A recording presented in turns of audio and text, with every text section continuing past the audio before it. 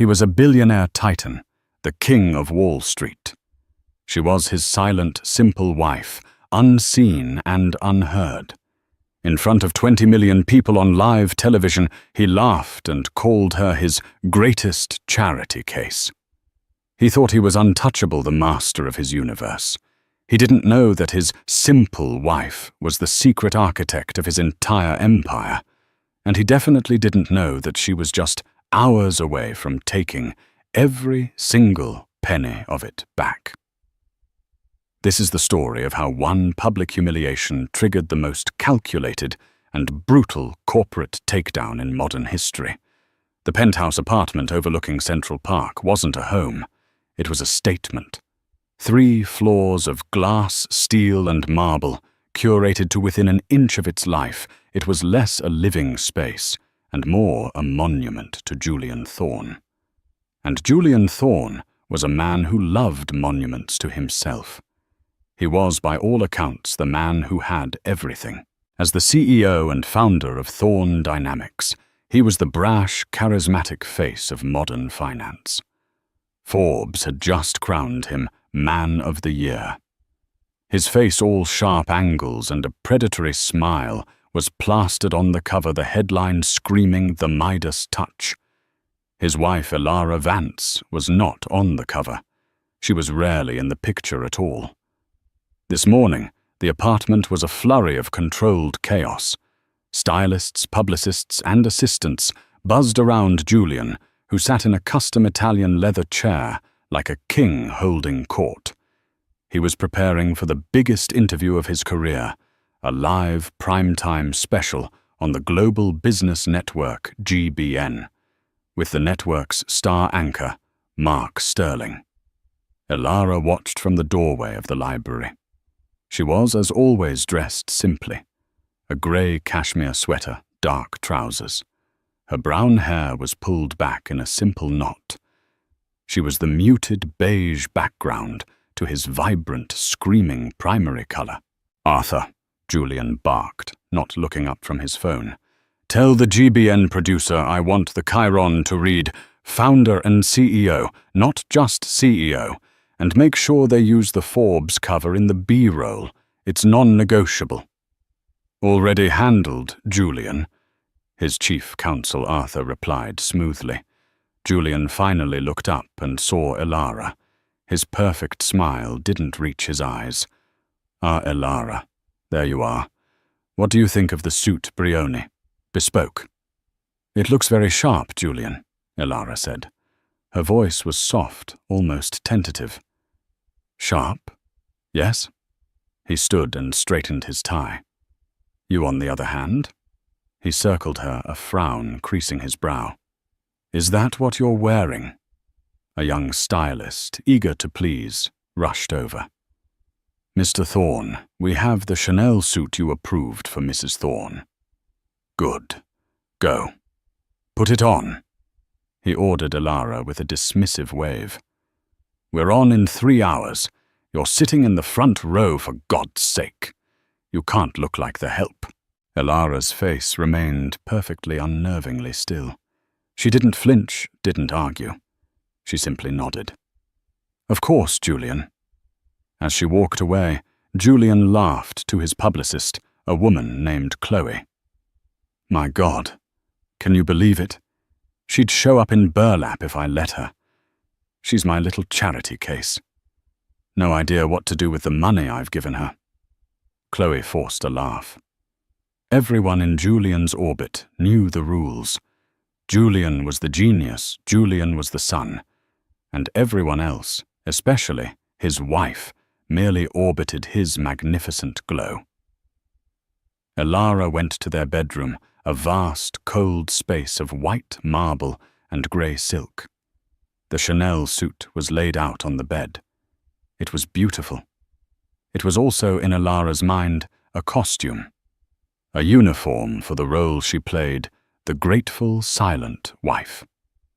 She sat for a moment, not looking at the suit, but at her own reflection in the dark glass of the floor-to-ceiling window. The city skyline was laid out before her, a kingdom of light. His kingdom, everyone thought.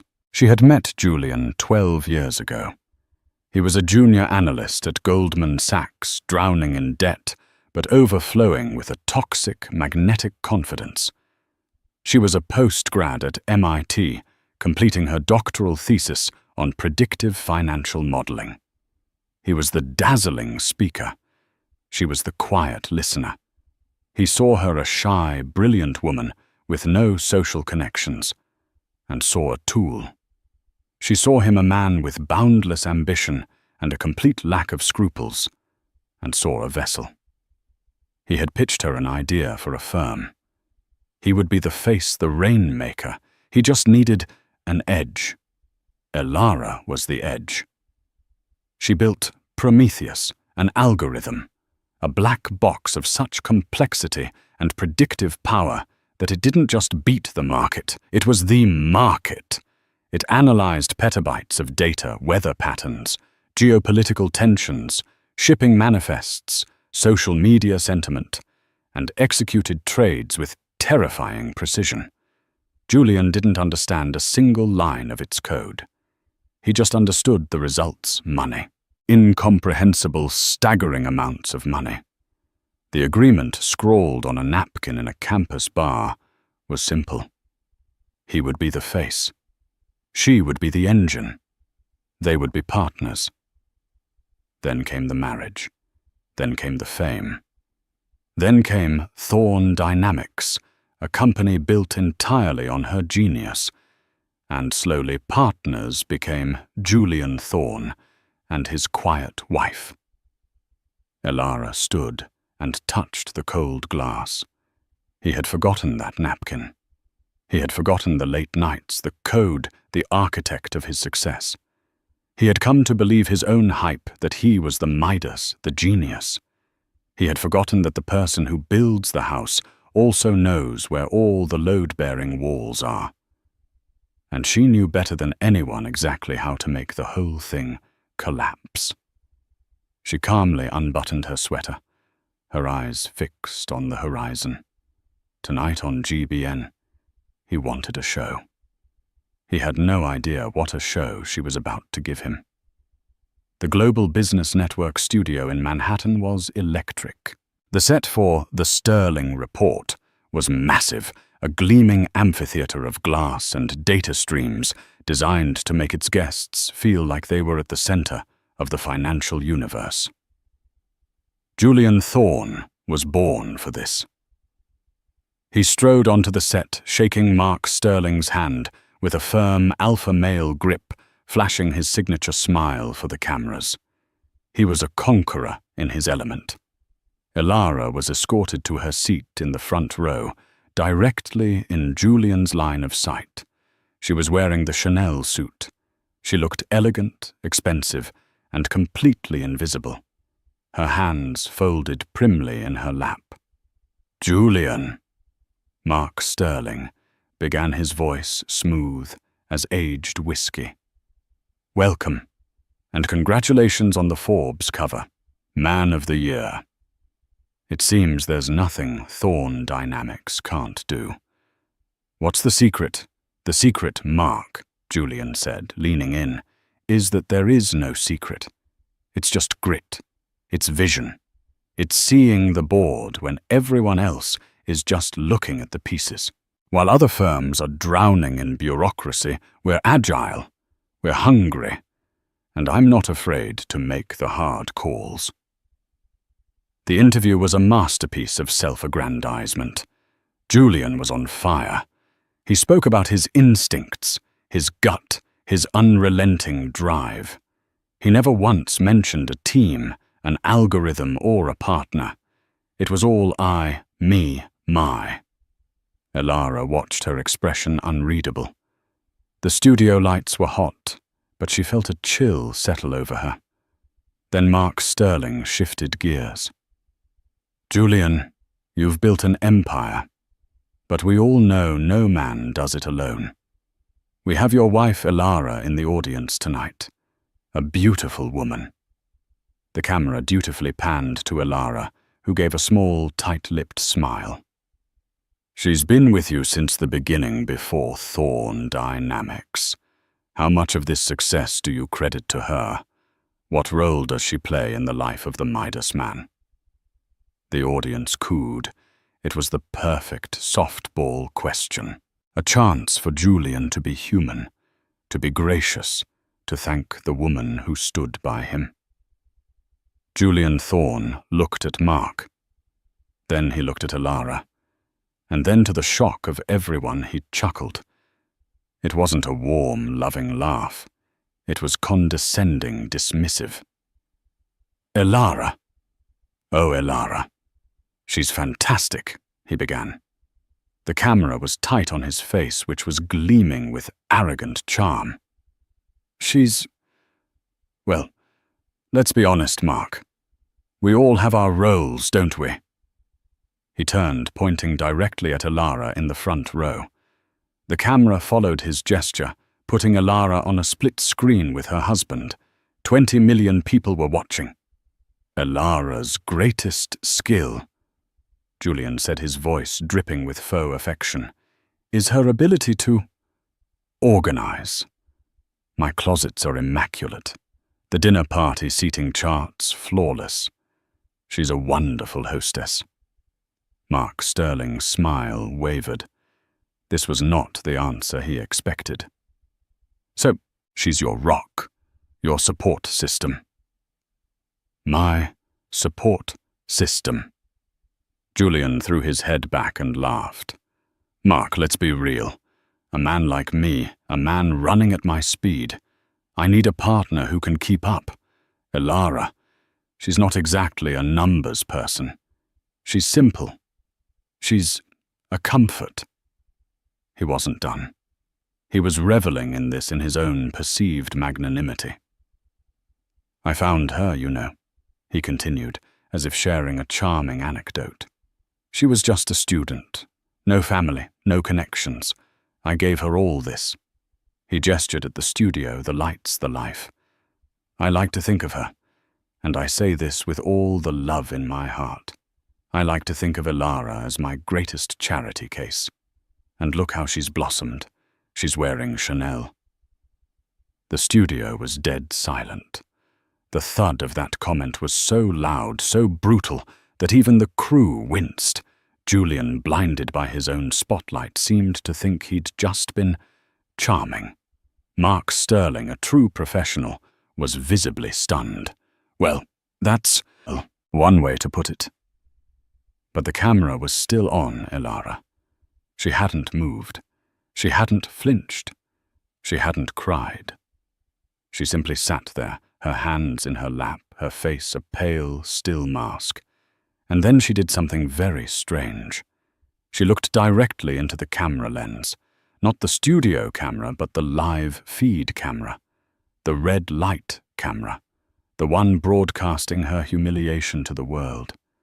She held its gaze for 1, 2, 3 seconds. Her eyes were not the eyes of a victim. They were the eyes of a general. Then very slowly, she reached into her Chanel purse. She took out her phone. Julian was still talking. "And the future of Thorne Dynamics is in AI, which I am personally." While he was pontificating, Alara typed a single 3-word text message and hit send. "Execute Protocol Icarus."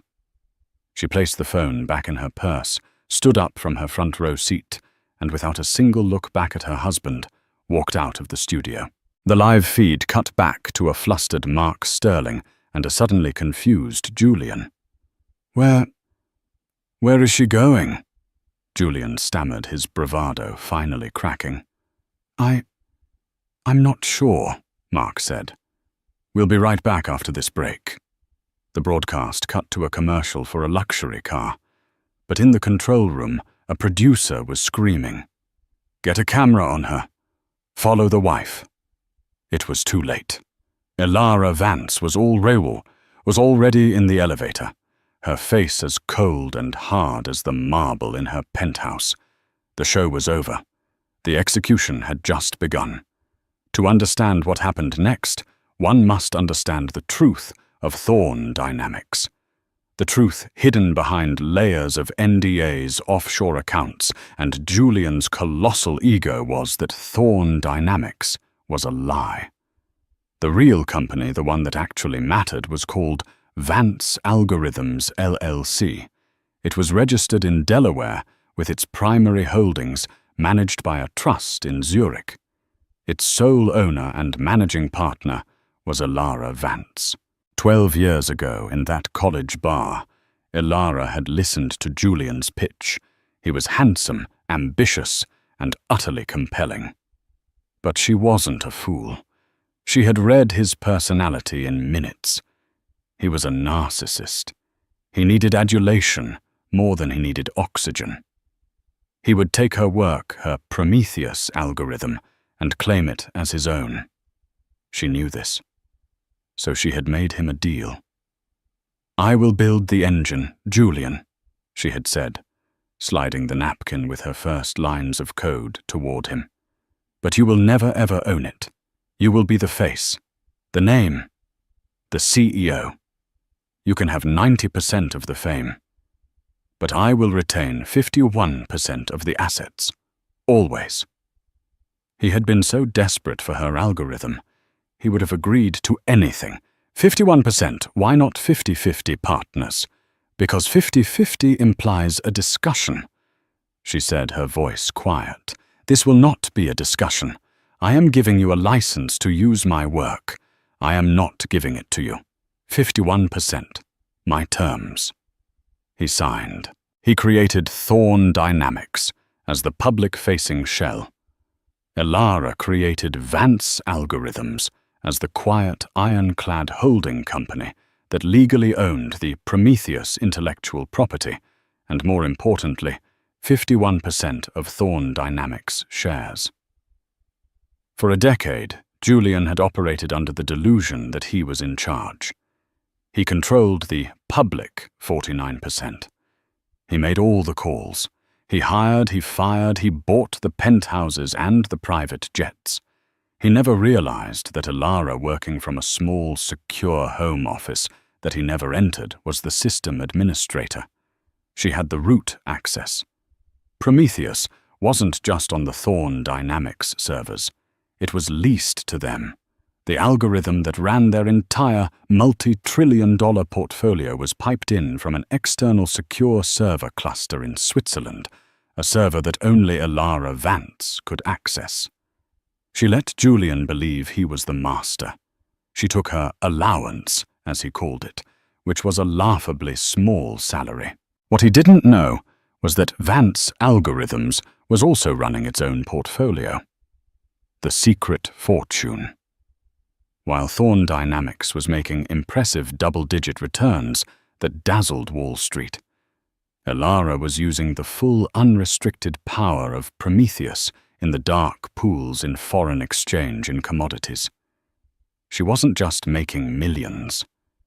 She was making billions. This was the secret fortune, a vast liquid ocean of capital held at the elite Swiss private bank, Julius Baer. It was a fortune that dwarfed Julian's. It was a fortune he didn't even know existed. She had built in a fail-safe, a contingency. She had known from the moment she saw the narcissism in his eyes that a day like this might come. She had a team of lawyers on a permanent multi-million-dollar retainer, a cutthroat team from the most prestigious corporate law firm in the world, Cravath, Swain, and Moore. They had only one job to wait for her call. The call was Protocol Icarus. The name was her own private joke. Icarus, the boy who flew too close to the sun on wings built by his brilliant father. Julian had flown too high, forgetting that his wings were not his own. They were hers, and she was about to revoke them. Protocol Icarus, when initiated, set off a chain reaction. 1. The kill switch. The Prometheus algorithm lease would be immediately terminated. The feed to Thorn Dynamics would be cut. The algorithm would go dark. 2. The legal strike. The team at Cravath would file a pre-prepared 800-page lawsuit against Julian Thorne personally for breach of fiduciary duty, gross mismanagement, and misrepresentation of company assets. 3. The financial coup. They would simultaneously file a motion with the SEC and the NYSE, citing majority shareholder rights to freeze all of Thorne Dynamics' assets. Lock Julian Thorne out of all corporate accounts and call for an emergency shareholder meeting to remove him as CEO. 4. The press release. A global press release already written would be sent to Bloomberg, the Wall Street Journal, and Reuters, announcing that Vance Algorithms was exercising its majority control and restructuring Thorne Dynamics, effective immediately. As Elara stepped out of the GBN elevator into the cool Manhattan night, her phone buzzed. It was a text from the lead partner at Cravath, Swaine & Moore. It read, "Icarus is in flight. All assets are secure. Godspeed, Ms. Vance." Elara hailed a cab, not the waiting Rolls-Royce Phantom that Julian had sent for them. Just a yellow cab. "Where to, lady?" the cabbie asked. Elara looked at her reflection in the partition, the Chanel suit, the face of the charity case. "Cravath, Swaine & Moore, Worldwide Plaza." She smiled. "And please take your time. I'm in no rush at all." Julian Thorne's euphoria lasted for approximately 90 seconds. As the sterling report cut to a chaotic commercial break, his phone, resting on the table, lit up. It was Arthur, his chief counsel. Julian ignored it. He was busy hissing at his publicist, Chloe. What the hell was that? Where did she go? Get her back. Julian, His phone buzzed again. And again. And again. A rapid-fire vibration that signaled panic. It was Arthur, then his CFO, then the head of his trading floor. "What?" Julian barked, finally snatching the phone. "This had better be good. Arthur, Julian, thank God." Arthur's voice was thin, reedy, and terrified. "The algorithm is down." "What do you mean, down?" Julian snapped. "Reboot it. This is a GBN interview. I'm live." "You don't understand," Arthur said, his voice cracking. "It's not down. It's gone. The feed is cut. The traders are looking at black screens. Prometheus is dark. We are blind, Julian. All active trades, they're just sitting there. The market opens in Asia in 2 hours. If we can't hedge..." A cold spear of dread pierced Julian's ego.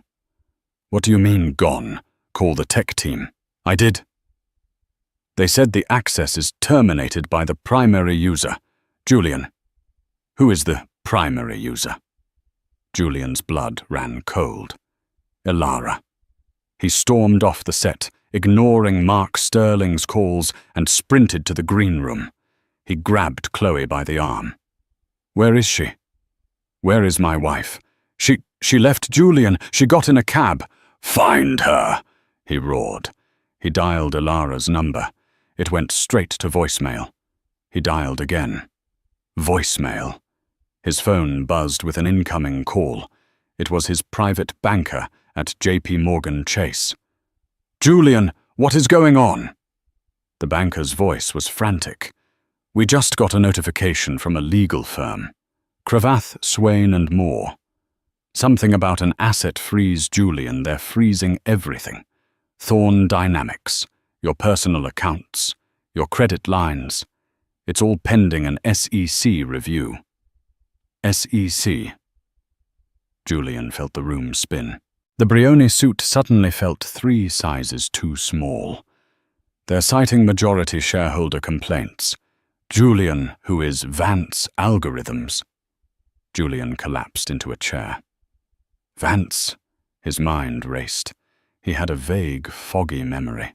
a name on a document he'd signed a decade ago, thinking it was just some tax shelter formality, a document Ilara had put in front of him. "Ilara," he whispered. "It's Ilara." Just then the TV in the green room, still tuned to GBN, flickered. A breaking news banner flashed across the screen. "We interrupt this broadcast," a new anchor said, her face grim. "This is a major story developing out of Wall Street. Thorn Dynamics, the multi-trillion-dollar fund, has just seen all trading activity halted.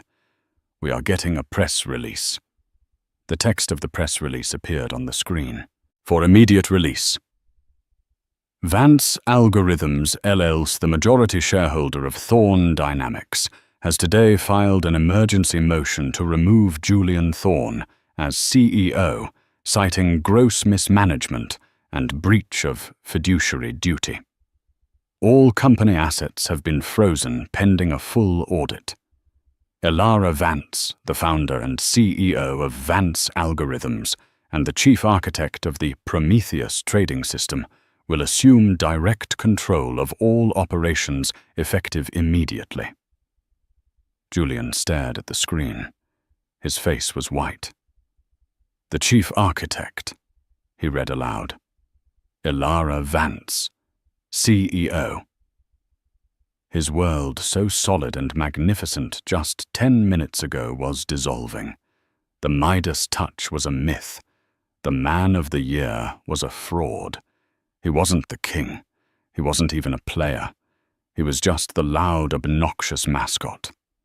His phone buzzed one last time. It was a text from an unknown number. He opened it. It was a link to a Bloomberg terminal feed. The ticker for Thorn Dynamics, THRND, wasn't just down. It was delisted, replaced by a new ticker, Vance. Below the link was a single message. "You called me ornamental. You forgot that ornaments are the first thing to go when the house is redecorated. The locks on the penthouse have been changed. Your things will be in storage. Goodbye, Julian." Ilara Vance sat at the head of a 20-foot mahogany table in a conference room at Cravath, Swain and Moore. The room on the 50th floor had a commanding view of the city. She was surrounded by the Icarus team, 4 of the sharpest corporate lawyers on the planet. She was still in the Chanel suit. She had taken her hair down. It fell over her shoulders, and with the removal of that one simple pin, she looked less like a quiet wife and more like a CEO. "Status," she said, her voice crisp. "Ms. Vance, the lead lawyer." A man named Harrison began. "The protocol is complete. 1. Prometheus. The system is dark to Thorn. It is 100% firewalled and secured under the Vance name. 2. Asset freeze. The SEC and NYSE have complied. All Thorn Dynamics accounts, corporate and personal, including Mr. Thorn's, are frozen. He can't buy a cup of coffee. 3. Filings. The lawsuit and the removal petition are filed. A judge has granted an emergency restraining order barring Mr. Thorn from entering any company property. 4. The press. As of 10 minutes ago, your press release is the #1 story on every financial network in the world. Ilara nodded. Good. Phase 2. Just then the door to the conference room burst open. Julian Thorn, his face a mask of purple rage, stormed in, pushing past security. "Ilara!" he screamed. Harrison and the other lawyers stood up. "Mr. Thorn, you are trespassing. Security!" "Get out!" Julian yelled, pointing a shaking finger at the lawyers. "I want to talk to my wife." Ilara held up a hand. The lawyers and security paused at the door. "It's all right, Harrison. Give us 5 minutes." "Ilara, 5 minutes," she repeated, her voice like steel. Harrison nodded, and the team filed out, closing the heavy doors behind them. leaving Julian and Alara alone in the vast, silent room. "What have you done?" he whispered, his rage collapsing into a desperate, hollow confusion. "My company, my money, you've destroyed me." "No, Julian," Alara said, standing. She walked to the window, looking down at the city lights. "I've destroyed your company. I've protected my assets. Your assets, my company. I built it from nothing." "Did you?" Alara turned, and for the first time Julian saw her, not the meek, simple wife. He saw the woman who had been standing behind him all along, holding the strings. "You didn't build anything, Julian. You were the brand ambassador. You were the face. I was the architect, the founder, the engineer. I built Prometheus. I structured the deals. I managed the risk." "That's a lie," he spat. You organized the closets." Alara almost laughed. It was a cold, bitter sound. "I let you believe that. It's what you needed to believe. You, the great Julian Thorne, Man of the Year. You couldn't stand the idea that your simple wife was the genius, could you? You who can't even write a simple if-then statement." She walked to the table and picked up a single thick document. "This," she said, "is the Articles of Incorporation for Vance Algorithms, LLC, signed by you 12 years ago. You thought it was a tax dodge. This is the document that leased Prometheus to Thorne Dynamics." She picked up another. "This is the Master Shareholder Agreement, 51% to Vance Algorithms, 49% to Thorne Dynamics, my signature and yours." "You tricked me. I protected myself," she countered, her voice finally rising, echoing in the boardroom. "I knew who you were from the day I met you. I knew your ego was a black hole. I knew you would one day try to erase me. So I built a firewall." He stared at her, the reality of his situation finally dawning. "The money? All of it? You're saying it's all yours?" "The company is mine," she corrected. "The money, well, that's the part you'll really enjoy." She walked to a small, secure briefcase and took out a thin file. She slid it across the table. "Thorne Dynamics," she explained, "was what I let you play with. It was your sandbox. The profits were excellent, but they were just a fraction." Julian opened the file. It was a single-page statement from Julius Baer, the Swiss bank. He read the name on the account, Vance Algorithms, LLC. Then he read the balance at the bottom of the page. He read it once, twice. His knees buckled. He grabbed the table for support. The number was not in the millions. It was not even in the low billions. It was a figure so vast it made Thorne Dynamics look like a corner bodega. This is," he stammered. "This is impossible." "That," Alara said, retrieving the file, "is the secret fortune, Julian. The one I made in my spare time, while you were busy posing for Forbes and telling the world I was your charity case. This is the money from Prometheus when it's not held back by your reckless, ego-driven trades." She stood before him, the Chanel suit, the symbol of his dismissive generosity, now looking like the armor of a warrior queen. "You humiliated me in front of millions, Julian. You called me simple. You called me charity. You built your identity on a lie, and you used me as the punchline." She walked to the door and opened it. The lawyers and security were waiting. "So here's the hard karma, as you like to call it. You are out. You are locked out of the company you thought you owned. You are locked out of the penthouse I paid for. The Rolls-Royce, my company car. As of this moment, Julian Thorne. You are simple. "Elara, please," he begged. The Titan was gone. In his place was a terrified, broken man. "We're married. Half of that is mine." "Half?" Elara looked at Harrison, who stepped forward. "Mr. Thorne," the lawyer said, his voice devoid of emotion, "you'll be served with divorce papers in the morning, and you'll find that the prenuptial agreement, the one your own high-priced lawyers drafted, is quite ironclad." Julian looked confused. The prenup. "It says I keep my company." "Exactly," Elara said, her voice soft. "It says you keep everything in your name. And you do. You get to keep all 49% of a company that is now worthless. You get to keep the debt, the lawsuits for fraud, and the SEC investigation that's about to open into your personal misrepresentations to the market." She looked at him one last time. "You get to keep your company, Julian. And I get to keep mine." Security guards took him by the arms. He didn't fight. He was a hollow shell. As they dragged him into the hallway, he looked back, his eyes wide, with the horror of his own spectacular self-destruction. Elara Vance didn't watch him go. She was already turning back to the table. "Harrison," she said, "get the GBN. I'm ready for my interview."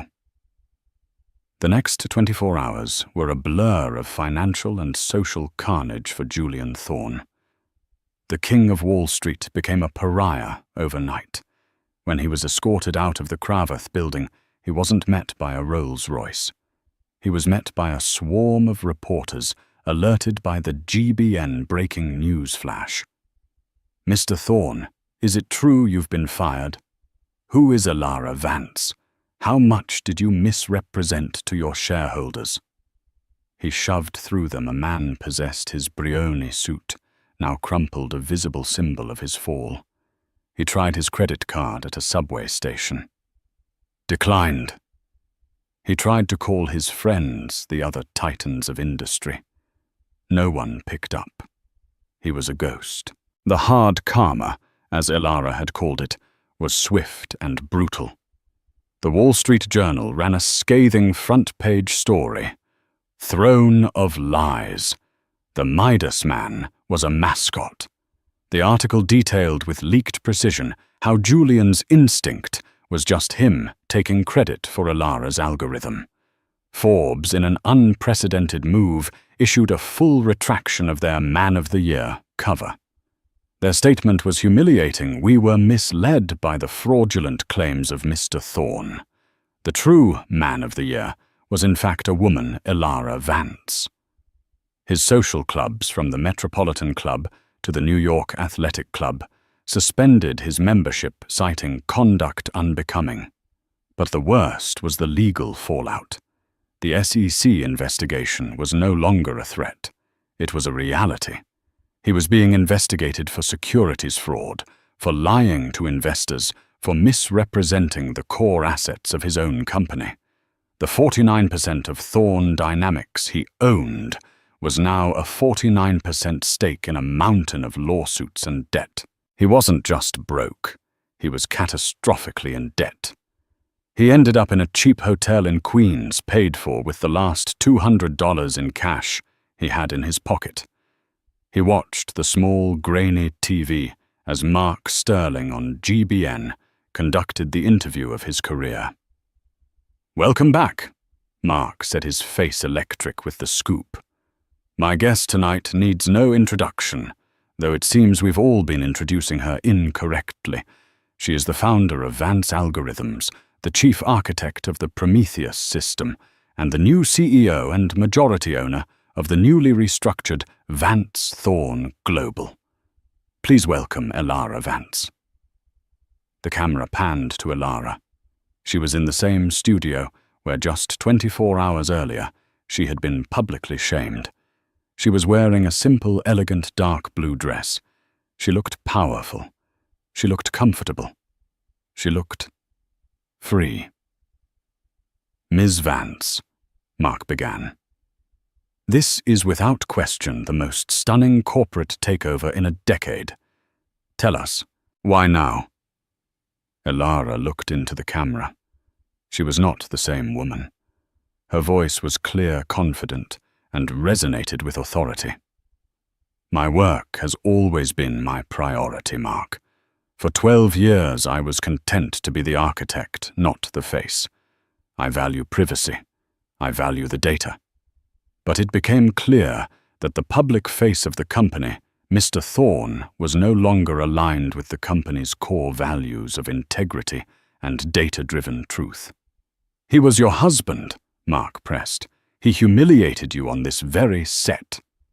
He did, Elara said without emotion. He made the critical error of confusing quiet with weak. He thought I was an ornament. He forgot that the most valuable things, the patents, the source code, the ownership deeds, are kept quiet, kept in a safe, not because they are fragile, but because they are priceless. And the company. What happens now? Now, Elara said, the market finally gets the truth. Vance Thorne Global will be a company built on transparency, not ego. The Prometheus system, which I am now upgrading, will continue to be the market leader. But its success will be shared by its entire team of brilliant engineers, data scientists, and analysts, not just by one man in a good suit. In his motel room, Julian threw the lamp at the TV. The screen cracked, but Elara's calm, powerful face remained. He had spent 12 years building a monument to himself. It took her 12 hours to tear it down brick by brick and build an Aether on its ruins. He hadn't just lost his money. He had lost his name, his power, and his one single great asset. He had flown too close to the sun. He had forgotten she was the one who built it. The months that followed the GBN interview, what Wall Street had already dubbed the Icarus Protocol, were not a transition of power. They were a revelation.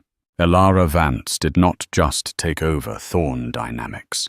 She stepped out from behind the curtain to claim a throne she had built but never sat in. Her first 100 days as CEO of the newly minted Vance Thorne Global became a legend, a case study taught at Harvard Business School. She did not, as the market feared, burn the company to the ground in a fit of scorned wife rage. She executed her plan with the same chilling, dispassionate logic that had made her algorithm the most powerful financial tool in history. Her first act was to convene an emergency board meeting.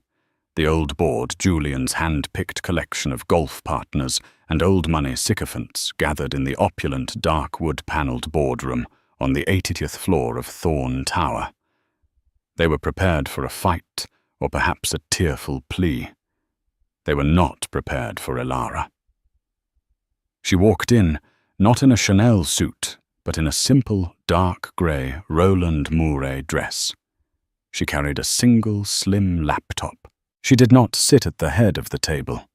She stood at the front of the room by a data screen. "Good morning, gentlemen," she said. Her voice was quiet, and the acoustics of the room, designed to amplify Julian's boom, forced them to lean in. "The company you thought you were on the board of no longer exists. Julian Thorne was not a CEO. He was a brand, and a deeply fraudulent one." One of the directors, a crusty real estate mogul named Marcus Brandt, scoffed. "Now see here, Elara, Mrs. Thorne. You can't just—" "I can," she interrupted, and with a click the main screen lit up. It was not a presentation. It was the Prometheus dashboard. The real one, not the simplified, flashy version Julian used. "This," she said, "is our company. For the last 5 years, Prometheus has been running 2 sets of simulations. The first, Model J, was the one you saw. It was the one Mr. Thorne used based on his gut instincts. It was high-risk flashy and outperformed the S&P 500 by 18%. Very impressive." She clicked again. A new set of data appeared. This is Model E, my personal model. The one Mr. Thorne was not authorized to see, as he found its methodology boring. It is a low-risk, diversified, long-term model. It also, she paused, outperformed the S&P 500 by 42%. The room was silent. While Julian was buying private jets and skyscrapers to soothe his ego, he was actively leaving 24% of our potential earnings on the table. He wasn't just a fraud, he was bad at his job. She turned to face them. Vance Thorne Global will now be run exclusively on Model E. The Thorne Tower, which costs us $40 million a year in prestige and taxes, is being sold. I've already accepted an offer. We are moving our headquarters downtown to the 300 Fenchurch building, which Vance Algorithms has owned for 6 years. It's LEED certified, and the property taxes are a fraction of the cost. You owned the building, Brandt stammered. I did. Just as I own 51% of this company. This is not a discussion. This is a notification. Julian's entire team, his publicist, his legal counsel, his chief of vision, which I've learned was a man he paid $2 million a year to play racquetball with, are all terminated. Effective immediately.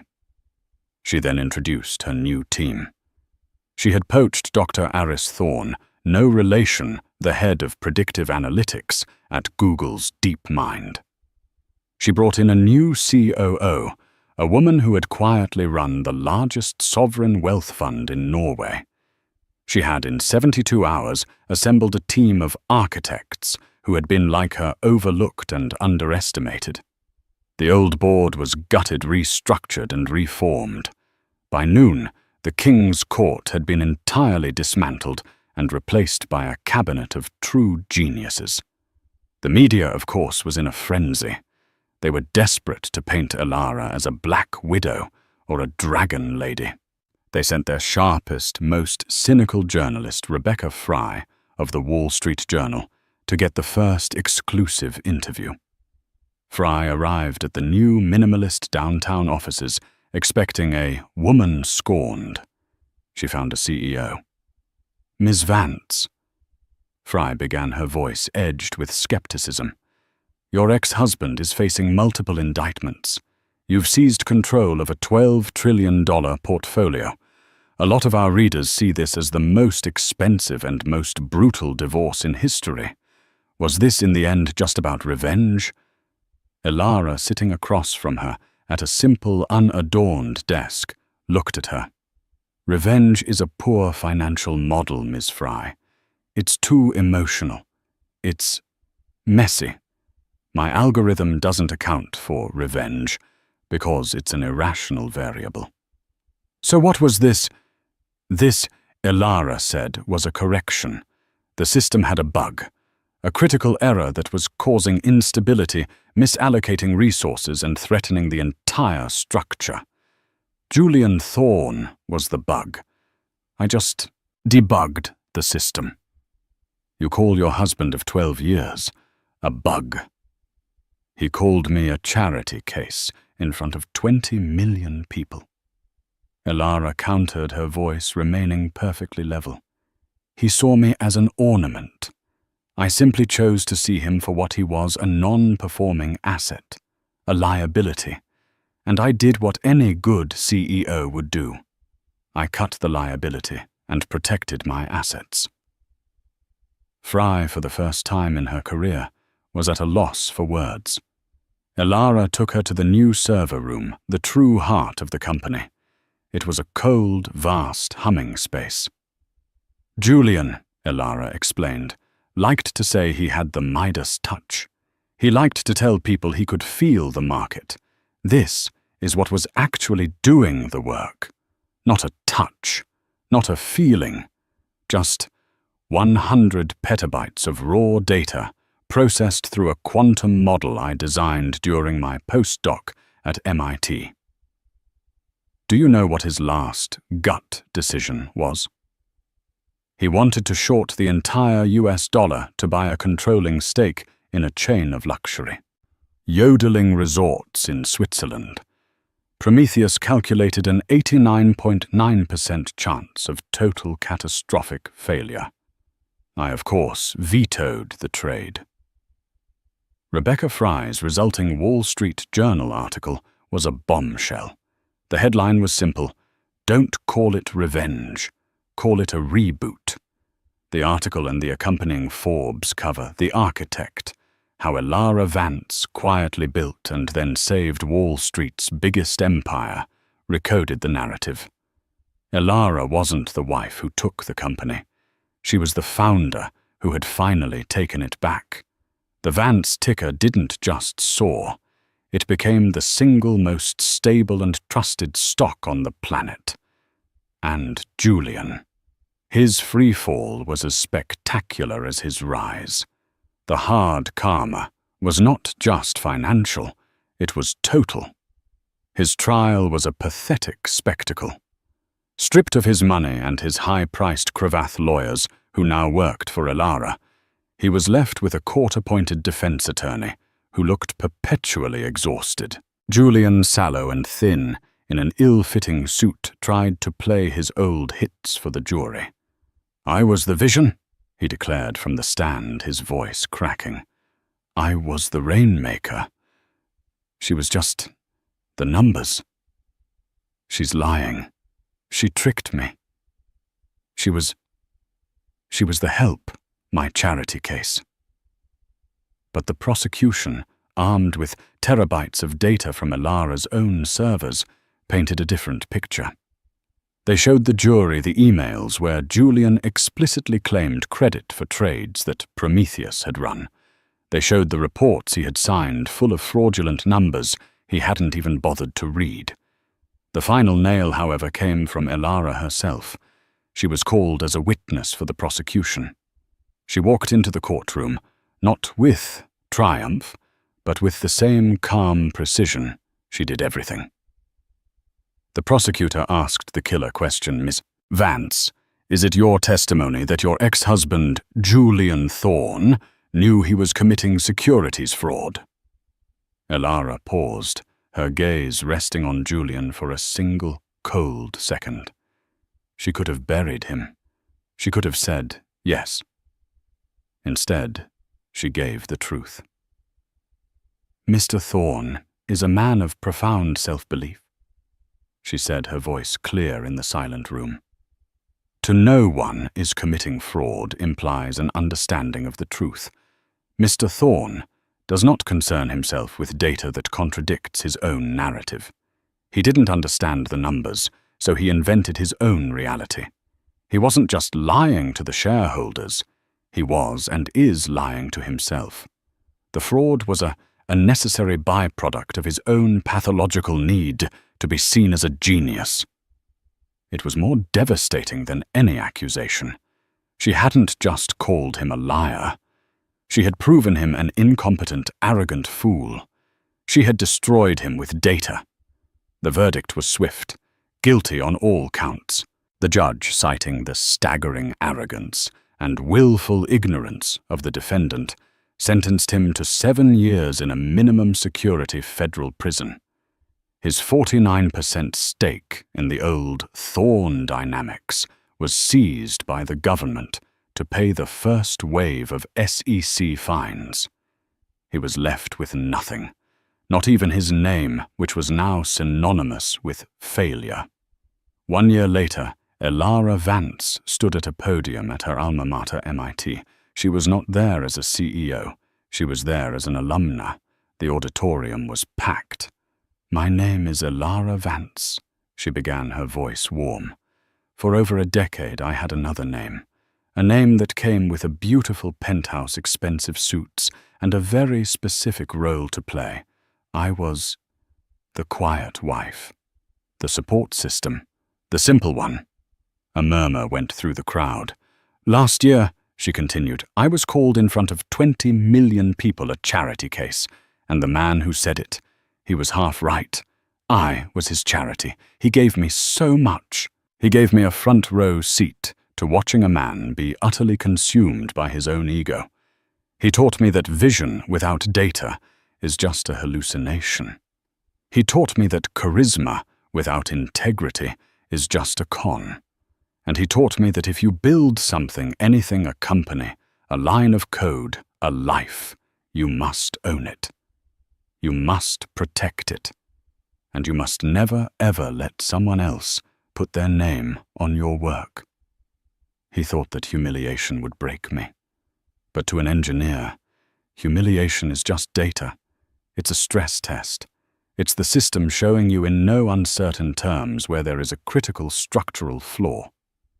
She smiled, so I fixed the flaw. She announced the launch of the Vance Foundation and its flagship program, the $1 billion Prometheus Grant. This grant, she explained as the room gasped, is for the quiet ones.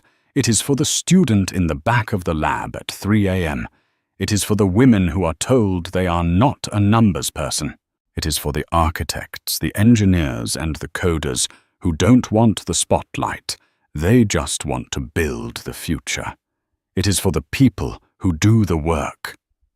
She looked out at the sea of brilliant young faces, the future architects of the world. My ex-husband was right about one more thing. I am a charity case, and I learned from his example. His charity was a performance designed to make him look good.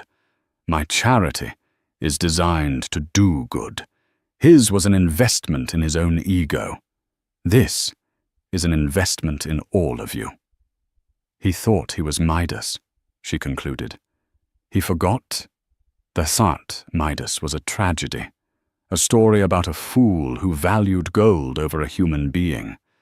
The real power isn't in turning things to gold. It's in knowing what's truly valuable. Thank you.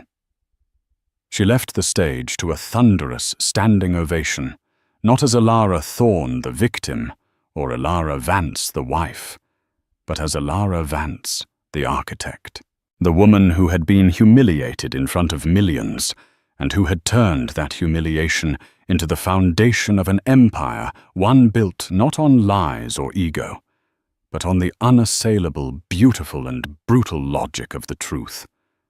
Alara Vance proved that the quietest person in the room is often the most powerful. She turned her public humiliation into her coronation, proving that the best revenge isn't just living well. It's taking back what is rightfully and legally yours. Julian Thorne learned the hard way. Never underestimate the architect. He thought he was the Midas, but he was just the fool, and she was the gold. What did you think of Alara's masterful plan?